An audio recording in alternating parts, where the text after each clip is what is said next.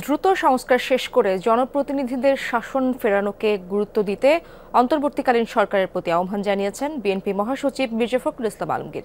জানিয়েছেন, এজন্য অন্তর্বর্তী সরকারকে সময় ও সুযোগ দিতে বিএনপি প্রতিশ্রুতিবদ্ধ।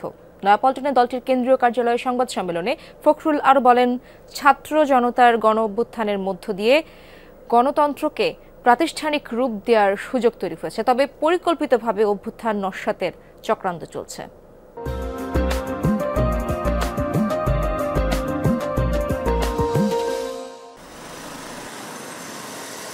আন্তর্জাতিক গণতন্ত্র দিবস উপলক্ষে 14 ও 15 সেপ্টেম্বর সমাবেশ করবে বিএনপি। 14 সেপ্টেম্বর অভ্যুত্থান ও বিগত 15 বছরের নিহতদের স্মরণে কেন্দ্রীয় শহীদ মিনারে এবং 15 সেপ্টেম্বর নয়াপল্টনে গণতন্ত্র দিবসের মূল সমাবেশ। দুদিনের এই কর্মসূচির সমন্বয় বৈঠক হয় নয়াপল্টনে বিএনপির কেন্দ্রীয় কার্যালয়ে। একটি কথা আমাদের খুব স্পষ্টভাবে বলা প্রয়োজন, গণতন্ত্রের কোনো বিকল্প নেই। বৈঠক শেষে বিএনপি মহাসচিব মির্জা ফখরুল ইসলাম আলমগীর বলেন, প্রধান উপদেষ্টা জাতির উদ্দেশ্যে দেয়া ভাষণে অন্তর্বর্তী সরকারের ভীষণ তুলে ধরেছেন। দ্রুত সময়ে ঘোষিত সংস্কার সম্পন্নের আহ্বান জানান তিনি। সংস্কার প্রয়োজন, সেটা আমরা বলেছি, কারণ গণতন্ত্রকে একেবারে ধ্বংস করে ফেলেছিল এবং সেই ক্ষেত্রে অতি দ্রুত যেন এই সংস্কারের কাজগুলো শেষ করা হয়।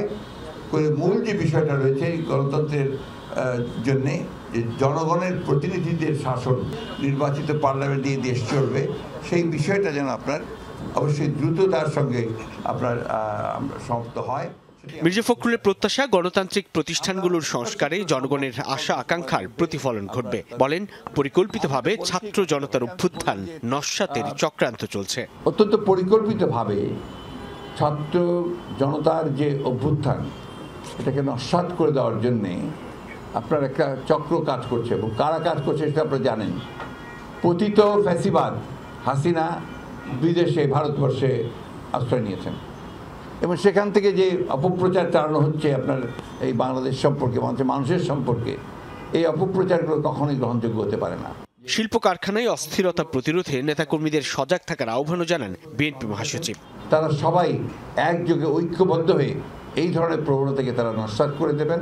এ সময় ডাক্তার এজেডএম জাহিদ হোসেন জানান, বিএনপি চেয়ারপারসন খালেদা জিয়ার বিদেশে উন্নত চিকিৎসার জন্য শারীরিক সুস্থতা ও সক্ষমতা প্রয়োজন। একজনকে বাইরে নিতে হলে শারীরিক সুস্থতা প্রয়োজন।